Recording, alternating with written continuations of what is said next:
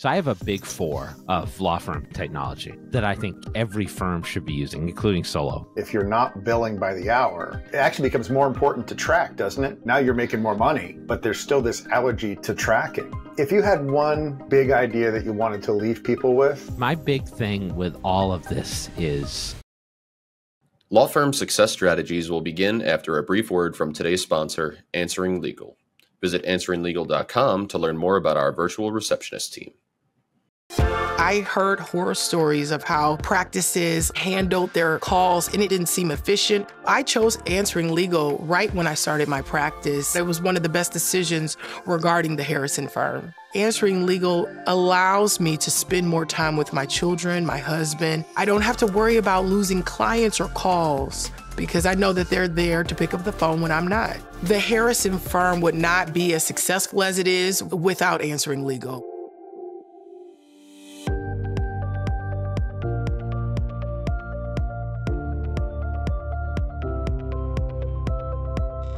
Hey everybody, welcome back to Answering Legal's 2024 Law Firm Summer Reboot Camp. I'm your host, Doug Brown, the Law Firm Leadership Coach, and we're continuing with Podcast Day here at the camp. And this is going to be a recording of a live episode of my Law Firm Success Strategies podcast.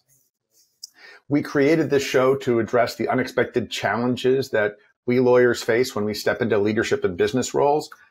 So you can secure the future of your firm, all those businessy things they didn't teach you in law school. And I'm thrilled to welcome today's guest, my friend, Jared Correia. Welcome, Jared. hello. I'm fighting through some allergies for you guys today. Oh, you're Wouldn't the do man. it for anybody else. Jared is a veteran legal tech consultant, and he's the CEO of Red Cave Law Firm Consulting. He does business management services for law firms and bar associations, and he's prolific. I'm not sure quite describes your writing and speaking on legal management topics in your own podcast. What's above prolific? I'll take that. Take prolific. We'll stick with that. So listen, the thing we're going to be covering today is the idea of the use of metrics. They're really important for driving the law firm forward and doing it on purpose with a purpose as opposed to by accident. And what I've seen in my executive coaching practice is that law firms, big and small, will have practice management systems that can give them a wealth of data, but they're not sure what to focus on, or even if their system's configured right. And so they tend not to trust it and just go with the old simple metrics. So, Jared, what are some of your favorite under the radar productivity tools that a law firm should look at implementing? There's so many. I know, right? Where should I start? Any place you want. One of my favorite tools that law firms don't really use, I think they rely on case management software and they rely on productivity software. So email, document management software, calendar software. Instead is task or project management tools, like products that are built for that. Because I don't love the workflow tools in case management, and I don't really like the workflow tools in the productivity softwares either. So there are some really good workflow project tools out there. Probably the two of the best I've seen recently, and they've come out relatively recently, are Notion and TaskAid. Both really good products, lots of flexibility in how you design boards and keep track of tasks, invite and manage users. And they both have AI features as well, which I really like. So if you're stuck figuring out, okay, what does this process look like? The AI tools can help you along a little bit. They can help you decide your next best action in a certain instance. They can suggest KPIs in certain cases as well, which is really cool. And those are two of a bunch of different products you see in the marketplace. More traditional ones I've seen people use are like Asana, Basecamp. There are tons and tons of task and project management tools. But the way I look at it is like the products that lawyers use on a day-to-day basis, the anchor products, they're not good enough at workflow management. So I like to see them opt for tools that are built strictly for that purpose. And there's a lot of good ones out there. So when you're working with lawyers on this idea of workflow management software, do most people understand what workflow management is, or do we have to back up and kind of explain why that's important. Not everyone does. I have really sophisticated people that I work with, right? Okay. Because I've got a lawyer that I work with who we basically built an AI billing platform on Notion for his law firm. So he was really brilliant about it. So there's this ABA book called Drafting Bills Clients Rush to Pay. And he basically set up the AI. Yeah. It's like this seminal book that was written like maybe 20 years ago. So he programmed this AI in Notion to say, hey, I want you to draft my bills as if you were the author of this book. And he fed in his billing descriptions. He fed in his billing codes. So what he does is he has this shorthand technique that he uses where he enters like each time entry into the AI, and it builds out like a full scale invoice for each client for him. It's a really good tool. And that was built from scratch. So that dude knows his stuff when it comes to AI and workflow. And then I have some people who are like, you're using the term workflow, KPI, process management. I'm lost. What does that stuff mean? So what I'll tell people is workflow is simply just an aggregation of tasks. Like it's a list of tasks. And I usually break it down into 4 different types of workflows. So there's an intake workflow. How does a lead become a client of a law firm? There's a case workflow. How do we move through or process this case? What are the steps we need to take? And then there's a closing workflow. Like, what do we do when we close the case? Like, do we archive it? Do we send information to clients? And then there are a bunch of little administrative workflows that you have to run through in every office. Like, what happens if our printer runs out of toner? How do we replace it? That kind of thing. That should be a workflow too. I'm very into processes. The idea being that if you have processes in place for everything, the first thing is that you save time because you're not wondering like, oh, what do I do next? And the second thing is it becomes easier to run the firm because even if you lose a key employee, someone else can pop in and they'll know exactly what to do. It's really a transparent way to run the law firm. Yeah, I know what I've seen in so many small firms is that the partners become so addicted to making every decision, and then they figure there's no ROI in doing an SOP or a workflow because it just takes too long, and they don't see how investing that time makes things easier. I like how you said like invested in personal decision making. That's really true. Because I think a lot of lawyers like to be like a mystery box, especially partners are like, the buck stops with me. I make the calls. But it's so much easier if everyone knows what's going on at each instance of a case or a lead management process, and they can just dive in. Like, I don't know, lawyers love to stack work up for themselves. Just delegate it. I work with a lot of my clients on the personal side, the leadership side, like how to manage your team. And so they'll come to me and be frustrated with, well, so-and-so is not doing what I expected or what I told them to do. I say, well, how did they know what's expected? Right. How do they know what you told? They should just know. They should just know. And so part of it, that turns around. Well, what if you were to write down or document what you wanted, then you could hold them accountable. Oh, so there's that workflow thing. Well, that's another great point you make. The accountability stuff is really important too.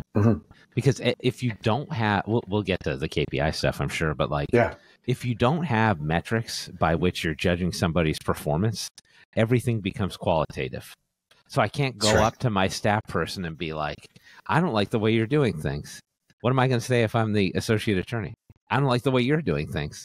And it's a standoff and nobody can prove anything. Well, then what happens is the associate takes it personally and leaves and goes somewhere else. And then you wonder, why don't those people stay? Well, maybe they're not the only part of the problem, but that's another show. So let's talk about law firms have some productivity features within the software they're already using. Right. So how could they leverage those to kind of take a first step? Yeah, there's a lot of great productivity tools out there, but I would say that, so I have a big 4 of law firm technology that I think every firm should be using, including solo law firms. So the first is case management software, which is sort of a relational database. Keeps track of your cases. People have heard of like Clio, Rocket Matter, Leap, Smokeball, those kind of my case, those kind of products. Now the rest of the tools, they all use productivity software. And when I say productivity software, I mean email, calendar, document storage. That's generally going to be Microsoft 95% of the time, Microsoft 365, or it's going to be Google Workspace, which is Google's version of that tool. Not many law firms use Google Workspace as their primary productivity software. And then there's accounting software. So you need something like QuickBooks, Xero, Peachtree, whatever, to manage your finances. And then there's one that most law firms aren't using at this point, which is CRM. So that's what I was talking about before with lead management. So CRM is a customer relationship management software. Basically, like, how do I intake a lead, move it through a pipeline, and make sure that person becomes a client of the firm? Those are the 4 big softwares I would use if I was a law firm. Now, to your point, what's interesting is that there are embedded features in those products that you're already paying for that a lot of law firms aren't even aware of. So case management software, for example, they've got e-signature products built in. They've got e-payment. Yeah, I'll get it right. E-payment products built in. So I still see law firms using like LawPay as a separate product. I'm like, why don't you just use the embedded payment feature? It's more streamlined. It's easier to use. It's going to save you more time. And then they're using like HelloSign or something like that, or Dropbox Sign, or Adobe Sign, and they get the feature built right into the system. So part of this is knowledge. Like, the lawyers just aren't aware that those tools exist in these softwares. So understanding the products you have and the full feature set is really important. And same thing with CRM. A lot of CRM have those tools as well. But CRMs also have process automation features. So you can automate the entire workflow for bringing in a lead, for the most part, outside of having the consultation, the in-person consultation, and doing a conflict check. They've also usually got marketing automation features built in. And when I say marketing automation, I'm using a technical term. That's like email marketing, basically. A lot of people don't know that. With accounting software, you've got pretty robust reporting options, default and custom reports. Most accounting softwares have a free seat for your accountant. So your accountant can log into the system at no cost to you. Most people are trying to download the reports themselves. Productivity software, they've got booking tools on the calendar, both Microsoft and Clio. Teams is an internal communication product like Slack in Microsoft. Google has Google Chat. Microsoft and Google also have AI overlay products, as I would describe them. So they've got, Google has something called Duet. Microsoft has something called Copilot. And basically what that does is that threads AI features into the software you're using already. So if you're using PowerPoint, you can build a PowerPoint from scratch. You can just tell the AI, build me a PowerPoint on this subject, and it'll do it. It'll create images for you and build an entire presentation. That stuff is an additional cost, but it's only $30 a month to get access to that. So there's all the universe of features in some of these anchor softwares are huge. And I think most lawyers are probably using like 20% of the tools they have, if that. What I've always found is you put in a new software and then you try to make it work just like the old software, and then you don't explore any of the features. That's a problem. If somebody's watching and they're thinking, oh, man, that sounds like a lot of work to figure this stuff out. If somebody's using name a program, how do they find out what they're missing? Yeah, I mean, it's not as big a lift as you would think. Like, one thing that's great is that a lot of these softwares now have really robust knowledge bases. And what I mean by that is a collection of materials that show you how to use the software.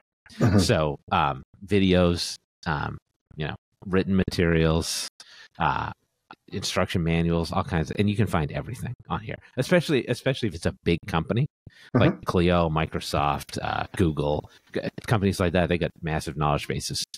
So the first thing I would do is, what I would probably look at is, if you've got a lot of softwares, if you feel like you have too many softwares, figure out what the main function of that software is, like e-sign, right? Go to the knowledge base of the company you've got for one of these big software products. Type in e-signature. If they're like, hey, we've got an embedded e-signatures here, how you use it, guess what? You're in luck. You can go cancel that other subscription. So I'd go on a feature by feature basis, but I don't know that I'd be doing a spelunking expedition. I would just say, okay, next time you are using a separate standalone software, maybe it's an e-sign software per this example, and you're like, wait a second, do I need to pay for this? Just do like 5 minutes of research. You'll find it. And I'm just talking about knowledge bases for these companies. The company's big enough. Like, there are a million dudes putting out YouTube videos on Microsoft features. So yeah, it's funny. Like my kids are like, you work as a consultant with people, but I think your real skill is that you Google faster than they do. Because if somebody's like, oh, how do I do e-signature? In my case, I'm like, oh, hold on, let me see. Let me think about that. Oh, here's the answer. Let me send you a link. Like there's so much information available out there. And I think one of the things is that lawyers aren't really intellectually curious about the technology tools they use. They're very intellectually curious about the law and how it operates, but the tech tools they largely ignore. But just simply Googling and looking for the information, like the answer's probably out there. But yeah, every time you're using a standalone software, I would pause and be like, okay, is this an embedded feature of another software I have?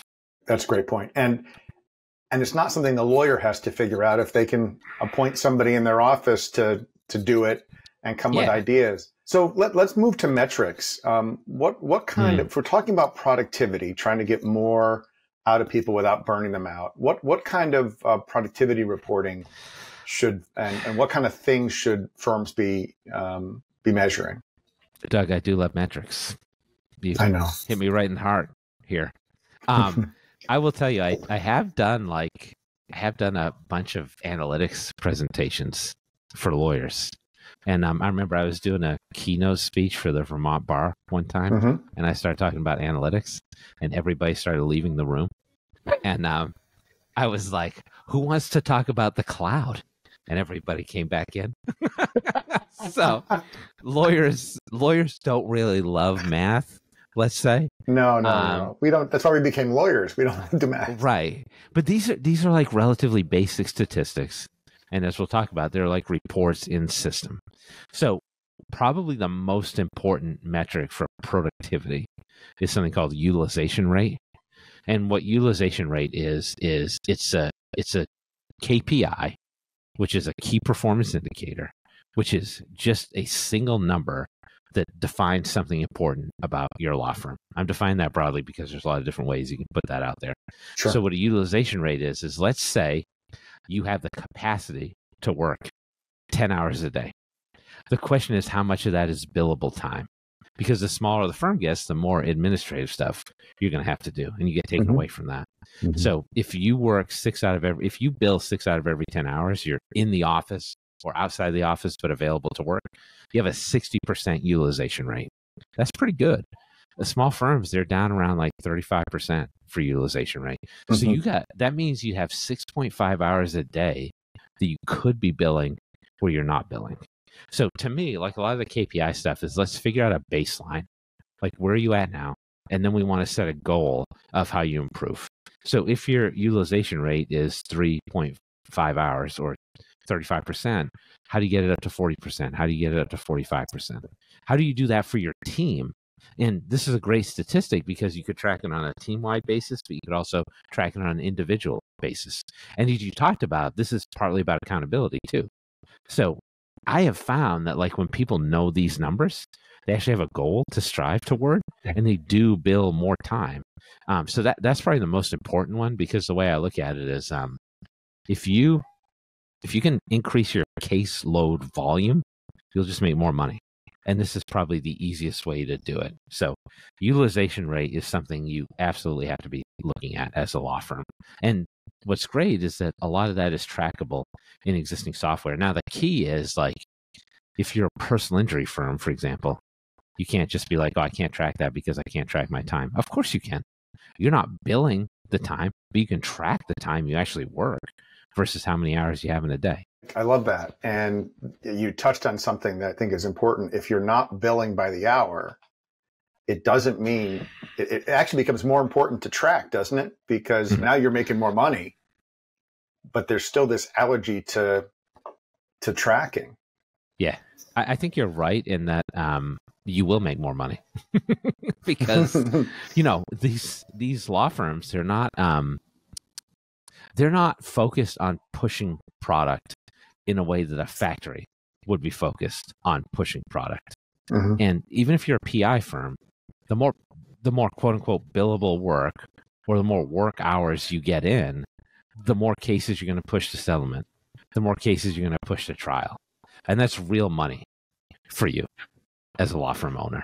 Well, and I want to talk about some of the other KPIs, but I think this one's really important because I've had the same thing in my work with clients where they say, I have to bill more. Well, how much more?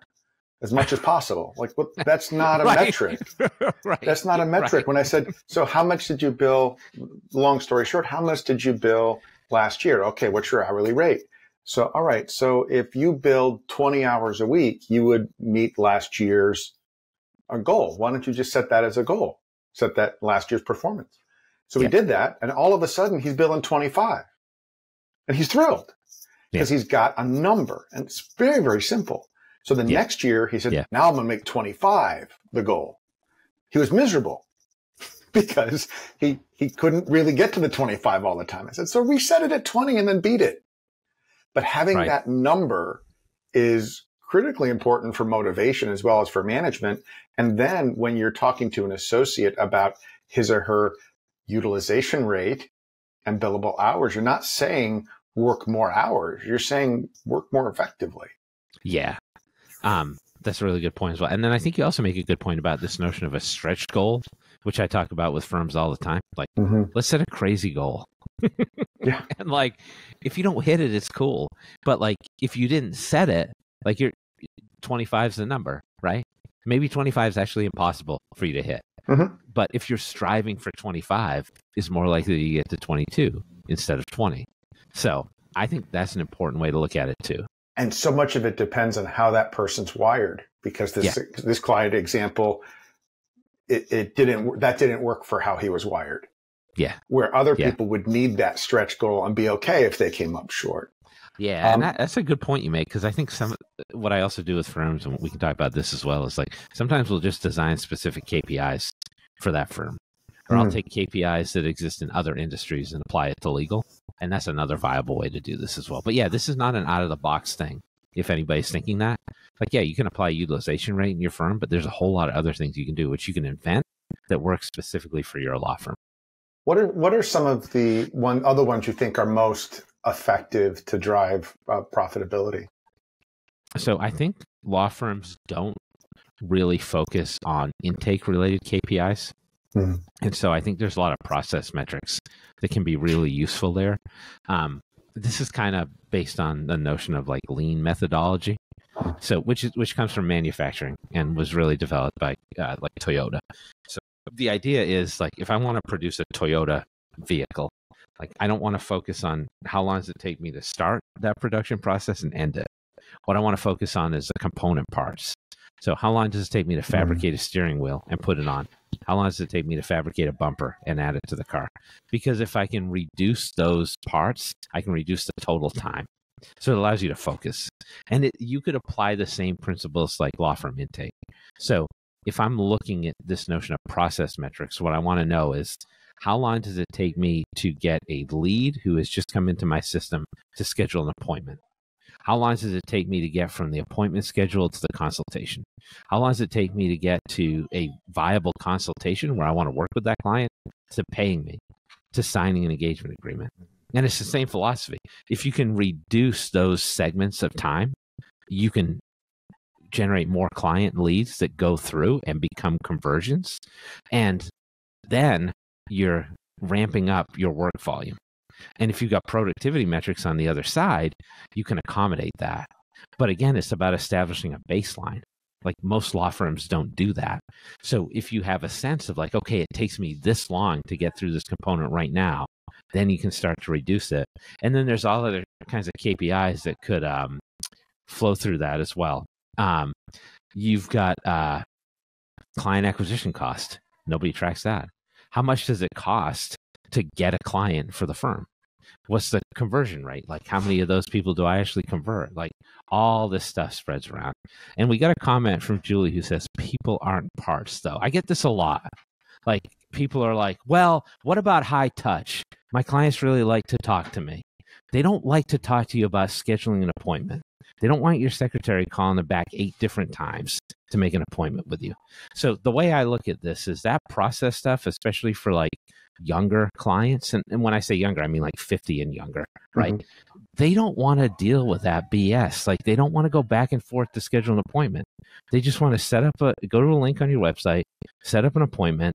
They want to be sent the engagement agreement automatically. They want to be sent a payment request automatically. So you as the attorney, it's your job at that point to really sell them when you get the opportunity to do so in that consultation. But you don't want to make it like climbing a mountain for them to get there, which is a lot of what it is in law firms. Well, yes.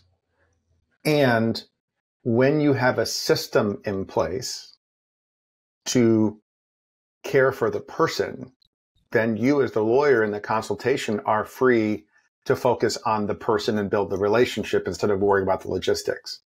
And one of the things I see all the time in service businesses is they don't have the metrics upfront about response time. And in client acquisition, that time of response to scheduling, to appointment and follow-up, that has a huge correlation to whether you're going to get the client or not. Mm-hmm.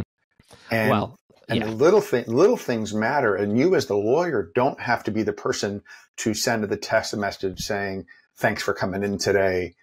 But if you have a process in place, that client's going to feel cared for. And that's where you look at the workflows and say, what part of the workflows does the lawyer add the most value? And what part does the technology add the most value? As I said before, like it's not a one-size-fits-all solution for me. Mm-hmm. Some firms are different.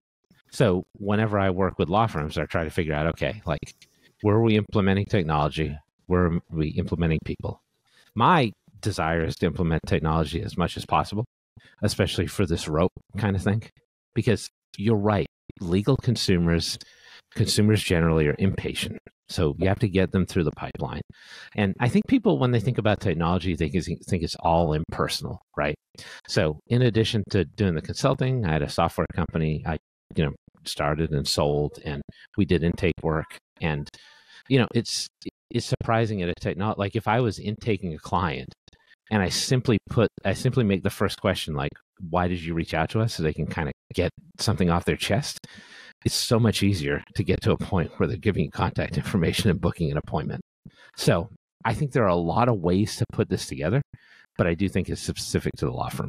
So I think it is specific to the law firm and the problems they're solving and what the person's mental state is, when they come in. And it isn't like any marketing. It isn't one size fits all, because you do have to be clear. Part of on the client intake process and the metric is not just closing the highest percentage of leads, but who's qualified, who actually meets the standard for your, what I describe as the ideal client. Yeah. And which ones, I tell my clients, we create a checklist. Here's the characteristics, observable things of the ideal clients.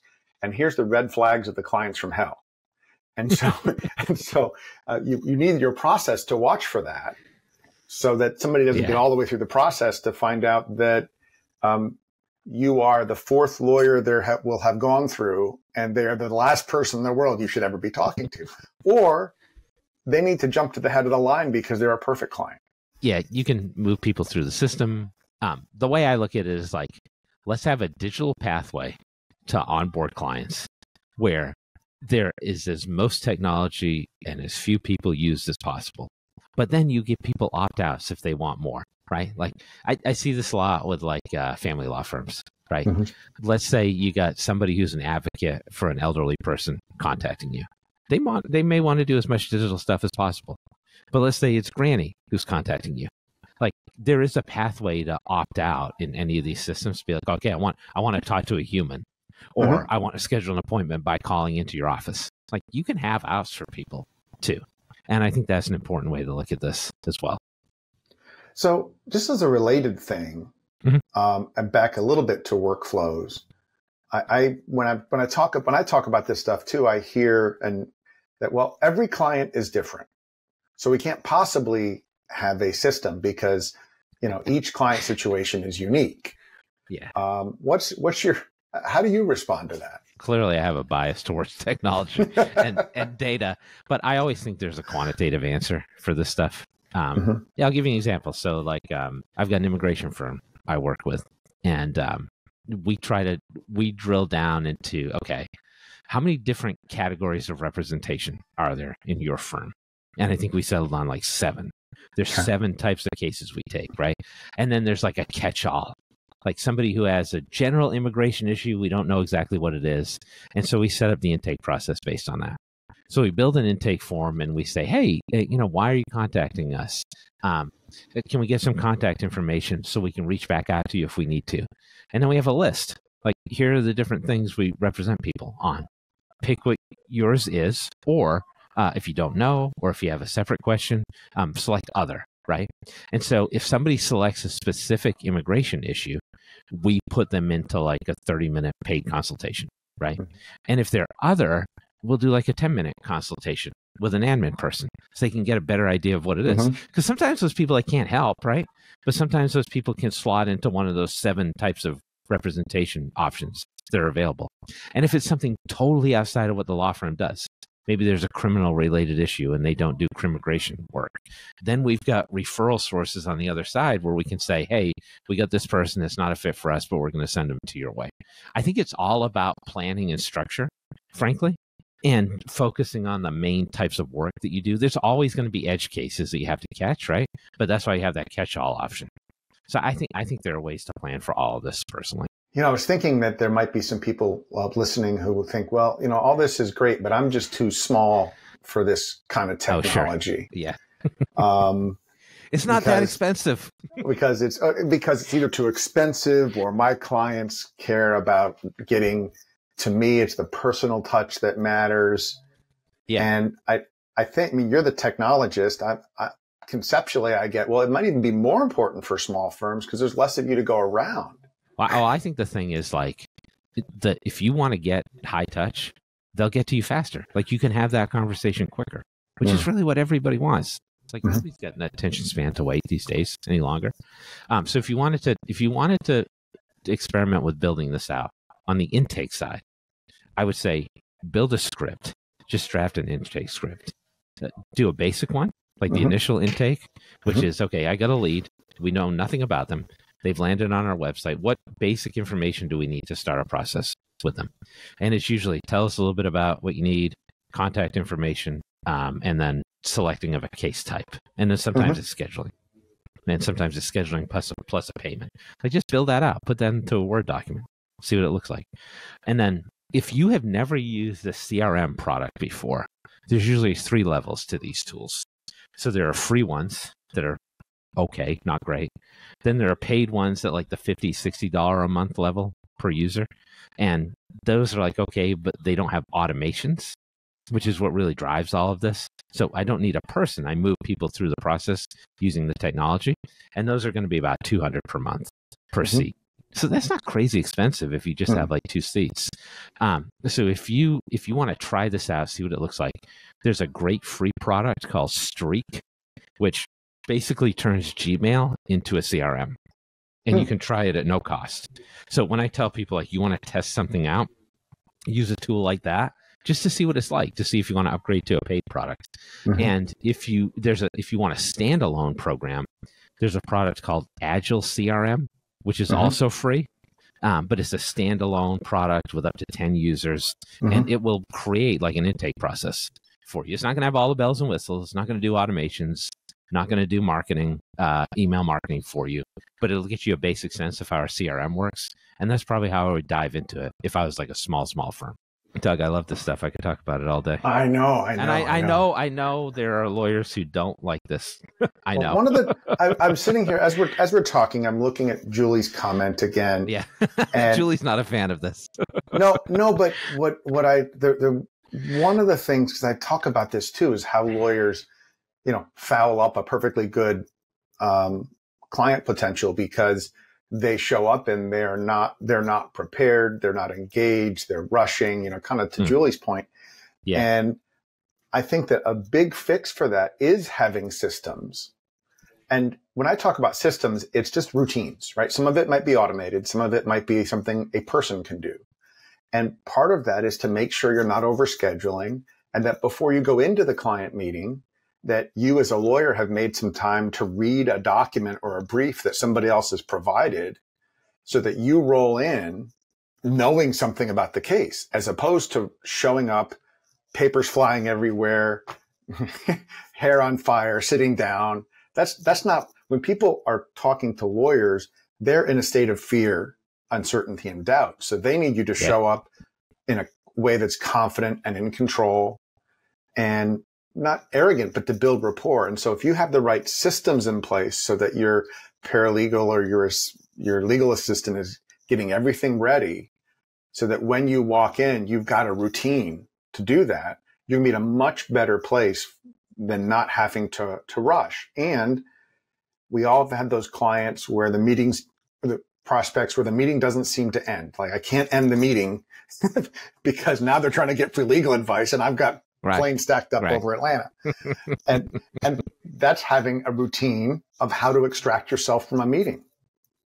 That's an important thing too. And a phrase is to still be respectful, be emotionally intelligent, and bring the meeting to a close. So, because that's another area where you've done all this work to get a lead in, and then they remember pretty much when you show up, and then the last 2 or 3 minutes. Everything in the middle is going to be a blur to them. Yeah. So when it comes to systems, anyway. Yeah, this is actually a big problem. I see lawyers doing 2-hour consult meetings, and it just crushes their productivity when you should be limiting those to half an hour at the most. One of the things you said I think is important is this information collecting process. So you've got a basic intake form, but then the way I look at this is there's also secondary intake for lawyers. Where let's say you're an estate planning firm, you've got basic information from the client. Now you met with them, you want to work with them. What happens next? Well, now you got to ask them a 9-page series of questions. So I spend a lot of time with law firms. Let's put together an intake form that works for that. Let's be very transparent about how we're signposting. So it's easy for people to fill this out. They know how long the process is going to be. They know why you're asking for what you're asking for. And grabbing that information consistently and effectively is important. And then I didn't mention one of these tools, but this is another great productivity tool. If you're having meetings with people and there's Zoom meetings or Google Meet meetings or Riverside meetings, there are some really great AI tools that will run meeting summaries for you. They will create follow-up lists. They will create follow-up emails. And all you have to do is turn it on. Zoom's got something called AI Companion built in, which does this. So if you have even the most basic paid subscription on Zoom, it'll have that available to you. And that's another great way to capture information without having to do the whole yellow pad for notes thing if you don't want to. I use a tool like that all the time. I probably should use the Zoom one, but I have a separate piece of software, so I'll have to take your advice. You got Fireflies, you got Fathom, you got Otter, for example. Yeah, I use Otter. All good. Yeah, Otter's a great tool. It's just a separate standalone product. So one of the things that can be a struggle is, okay, you've got this dashboard, you've set up some KPIs. How do you monitor it? Is it something like you're looking at every day? Is it every week? I mean, what's too much? You probably know my answer. Never enough. It's never enough, right? Look at your data every day. I would say at the very least, I would take a look at reports monthly. Because I think if you're taking a look at reports quarterly or annually, you're going to look at that and you're going to be like, oh my God, look at all this data. It's overwhelming. Now I can't do anything. And it's too late to make changes or whatever. So I think you want to generate reporting, any kind of reporting, at least once a month. I know firms who are really on top of this and they look at their reporting, once a week. And I guess the reason I like KPIs is because it's a snapshot of a larger process in the firm. So if one of my KPIs is conversion rate, that says a lot about how I intake and select clients. Like you were saying before, a 20% conversion rate may be fine for a personal injury firm. But if you're a family law firm, maybe you want to be at 90, 85%, that kind of thing. So I would stay on top of this on a regular basis. And what's great is that a lot of the way that these technology systems work now is it's not like it used to be, where you have to click a button and generate a report and they have to download an Excel spreadsheet and look at that. They have dashboards where you can pin these reports in your systems. You could kind of organize your homepage the way you want to, just like you can on your phone. So if I wanted to, let's say I wanted a utilization report in Clio, I can pin that right to my main dashboard. and I'll see it every day just by logging into the system. So in terms of like the data sets that are important to you, the more regularly you look at them, the better. One of the things that when I was in a retail space was we'd also look, we had kind of gotten fixated on looking at KPIs that tell us about the past, which is fine, but that doesn't project the future. So we tried to look for leading indicators, a different kind of KPI that if we could look at, it would give us a clue about what was going to happen in the future. Are there some custom or KPIs that a law firm could look at to kind of give them a sense of maybe it's not a workload coming up or something like that, so they would not be surprised? Because what I see is they'll either run out of clients or they'll take on so many clients, they have so much work, now they can't do any of the work. Yeah, I mean, we haven't even talked about this, but yeah, like one of the great things about historical data is that you can figure out trends. So is this practice area on fire? Is this practice area problematic for us? Are we not getting as much work as we used to, and why? Do we need to change the way we market? Because really, like, the thing about the KPIs is this notion that, like, you want to be able to get the data, but not just look at the data while you're drooling. Like, you want to look at the data and then make decisions and do things based on it. Because a lot of law firms get stagnant. So in terms of leading indicators, like one of the most common is like cash flow projections. Like you know this, like I talk to lawyers and how much money am I going to make? I don't know. Every time I ask a lawyer, like, how much money are you making this year? They're like, I don't know. Like, things seem to be going well. I'm sure I'll be fine. Like, that's the answer I get all the time. Nobody's doing cash flow projections. Yeah, like you can get a good sense of how much money you're going to be making in an upcoming year, an upcoming month, an upcoming quarter. A lot of law firms do this with their accountants. A lot don't, though. And for certain practice areas, it's different. Like if I have a personal injury firm, like I got to make some educated guesses about when is this case going to settle? When is this case going to go to trial? What am I going to win? What's that number going to look like? And this is not, when you're projecting, there's no perfect response. Like it's ultimately an educated guess, right? So cash flow projections are one. I also like when law firms do revenue projections, just like top line revenue projections. Like what do we think we're going to make? And then the best thing to do is like you throw a stretch goal on top of that. Like, okay, if we do 10% better than we did last year, we're at $200,000 for this year. But let's go crazy and let's do $250,000. And what I love about that is that generates further conversations. So how do I get to $250,000? I need $50,000 more work. What is that? 4 new estate plans a year? Okay, that's 1 every 3 months. How am I going to get those clients? They come through my website? Do I need to do more referral marketing? Do I need to do paid advertising? So your point is well taken that like you can use data to project as well. And then that should also enforce your actions on the back end. Yeah. And because we need more than just data, we need to turn that into information. Like if you mentioned referrals, and when I start talking with lawyers who want to grow, I said, well, tell me about where your clients come from. Well, they come from referrals. From who? Friends and colleagues. Which ones? Right. I don't know. Which kind of cases? And the deeper I dig, the more uncomfortable it becomes because there's no system. And when we unpack it and say, well, wait a minute, this person over here 2 years ago gave you 7 great cases. When's the last time you talked to them? 2 years ago. Mm-hmm. What should we do? Yeah. Maybe talk more regularly. But it's giving you a objective benchmark rather than a subjective one, which helps you manage yourself better and saying, I need to make sales calls. Okay, well, how many? It almost like gamifies it. Like especially with staff people. Just quickly, like especially with staff people. Yeah. Like people, a lot of lawyers think like, I don't want to put pressure on people. Like it's going to be bad. But people thrive in this environment. If you give them a goal, they try to achieve the goal. And you use the correct term, gamification, which I don't think a lot of lawyers are aware of is a thing. But people get competitive around this. I didn't mean to interrupt, though. Go ahead. Oh, that's okay. You made me think. This is why I love our conversations because one of the we're off script again. we're off script, but we'll get back to the script because I want to ask you in a minute about your favorite custom KPIs. But before I do that, I do a lot of work with, and I just had an article in Law Practice today on the difference in generations and kind of redefining our model. because there's a lot of Yeah. generational challenges.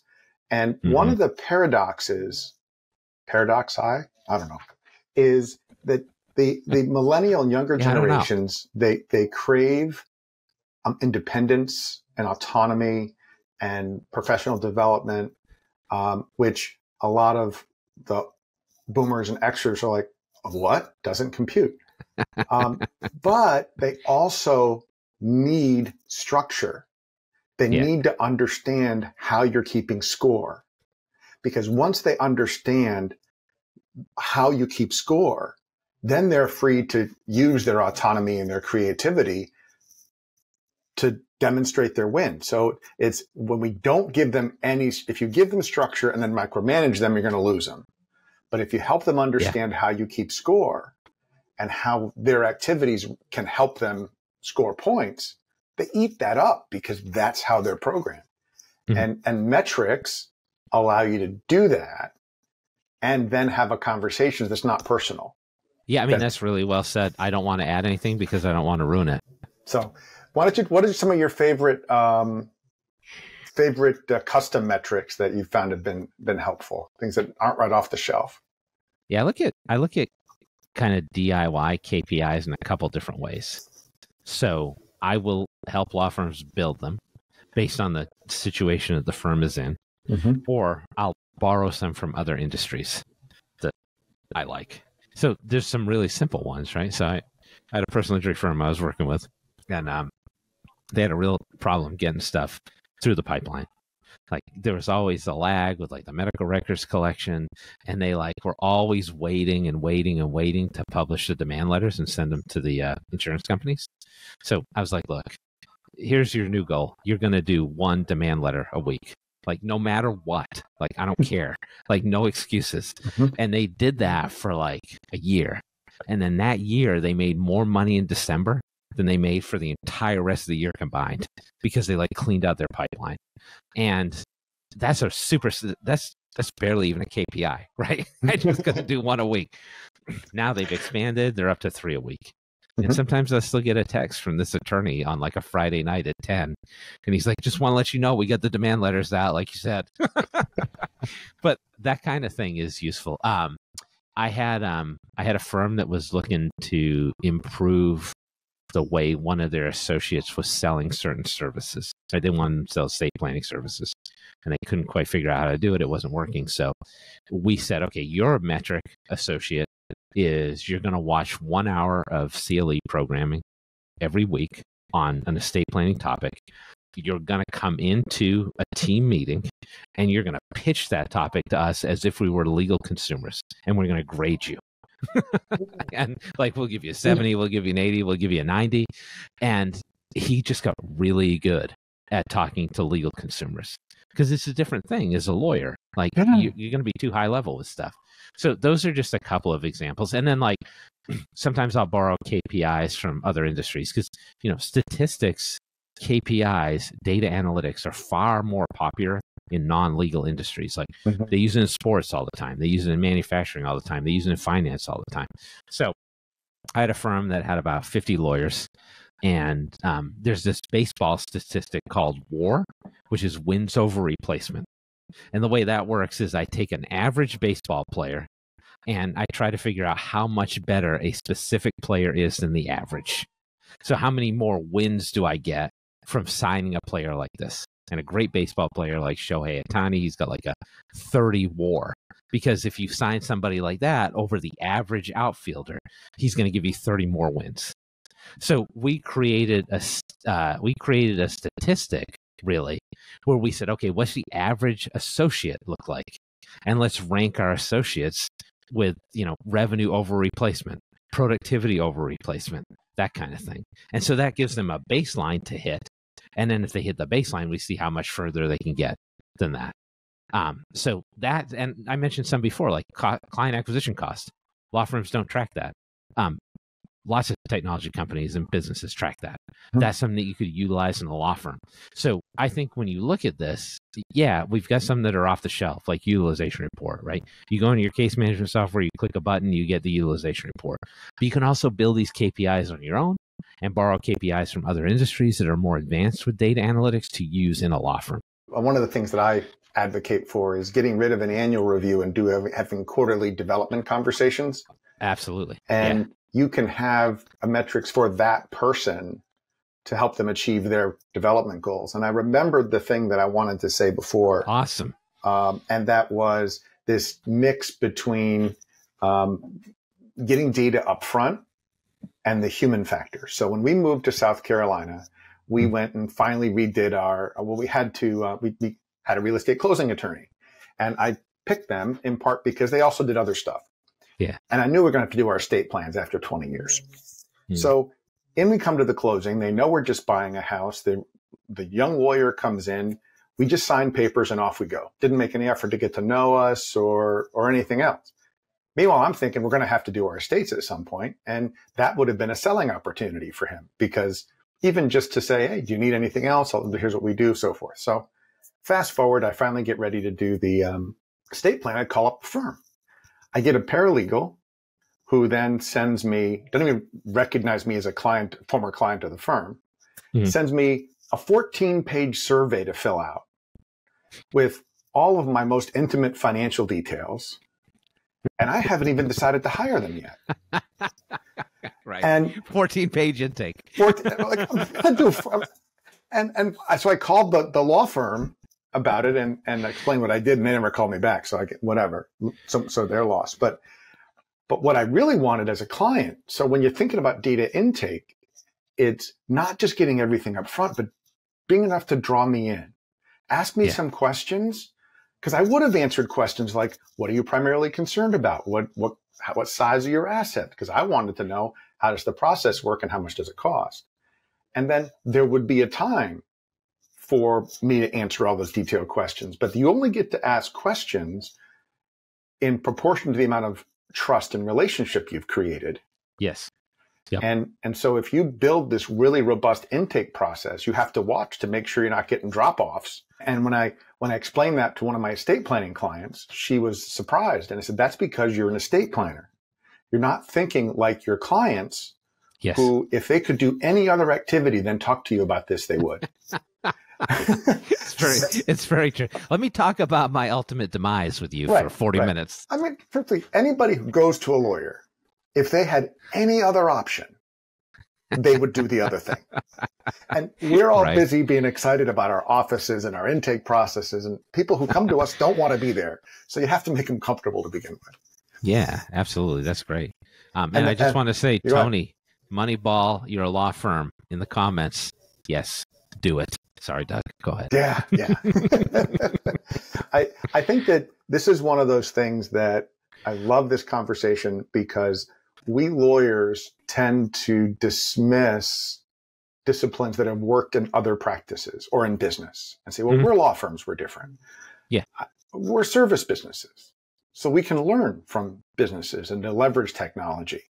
Yes. And so you don't have to work longer. No, it's true. Like, a service business is a service business, right? Like, the difference with lawyers is that they have specific ethics rules. But a law firm is not that different from a CPA, not that different from an economics consulting firm. Like, it's just not. Fundamentally, operationally, it's not. And I think that we, as an industry, have done a disservice to our own lawyers by somehow teaching that a profession can't be a business, when profession is absolutely a business. Everybody, don't worry. You're special. You're just not that special.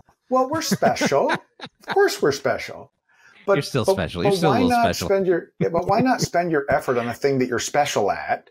Yeah. Being a lawyer, being a litigator, building rapport with people, than trying to be a specialist in things that you're not a specialist in. And we lawyers can figure out how to do anything. It's not whether you can, it's whether you should. Yeah. So if you're thinking about getting somebody to do the system stuff for you because you don't want to figure it out, then you should look at that as an investment. And if you're sitting there, when I talk to my clients, well, I have to spend time on my website. I'm like, time out. You spending time on your website costs you way more money than hiring somebody to do it for you. So anyways, we've talked about a bunch of things. today. I'm supposed to do a summary of the key points, but I'm not even sure how I would. We just need an AI note taker, and we'll send it off. We need an AI note taker. Boy, those AI tools are tremendous. I love my note takers. A lot of good ones out there. Yeah. And the way I describe it to people is I want to make sure I'm listening to you and not trying to write everything down so I can somehow remember it, so I can stay engaged in this conversation. So yes, that's a great way to look at it. Yeah. As we get to the end of our time, if you had one big idea that you wanted to leave people with, on this topic we've been talking about, the old classic, if you don't remember anything else, remember this. I mean, my big thing with all of this is you can't skip the work. So yes, you're right. You can outsource some of this stuff to consultants, but you don't want to not understand your own processes. So what I tell lawyers is you can't skip the intellectual work of building an intake process or becoming engaged in a case workflow. Mm-hmm. Ultimately, that's going to be utilized in your business. So you have to focus on that, do it correctly, and get very granular about it. I always tell people, you can't have a workflow without follow-ups if you're making requests to people. You can't have a workflow without an endpoint. There's always going to be an endpoint. So just don't skip the steps. Make the effort to build it out on your own. And then if you need help or there's parts that you're missing or you need somebody to actually implement it in a specific tool, there are people out there who will do that. Yeah, so important. And now there are so many AI tools that can help you. So you're not looking at a blank sheet of paper for a workflow. It might only get you halfway there, but it's better than just trying to start all by yourself. I mean, I have plenty of clients. I'm like, yeah, you want a workflow for this. Let's just pop it into ChatGPT or Taskade and see what we get. And then we'll work together to refine it. That's perfectly viable. Exactly. Jared, if our audience wanted to get in touch with you to learn more about metrics, what's the best way for them to do that? You can go to my website, redcavelegal.com. You can just Google my name also. It's a fairly uncommon name, so I've got a lot of that real estate, and I've got a bunch of podcasts and articles I publish and stuff. So, but yeah, do those two things. I so appreciate you making the time to be on today. I think when I was on your podcast some years ago, it was one of my first times, and you made the experience wonderful. So I'd recommend Jared's podcast. Not everyone says that. And other things. So, I'll send you an invoice later. But I also wanted to thank today's sponsor and our host, Answering Legal. You can see other episodes of this and our other podcasts on our channels. And if you have any other questions or topics for future shows, please feel free to go ahead and reach out. Jared, thanks again very much. Thanks to everybody for your attention, and you all go out and have a great weekend. Bye for now. Thank you.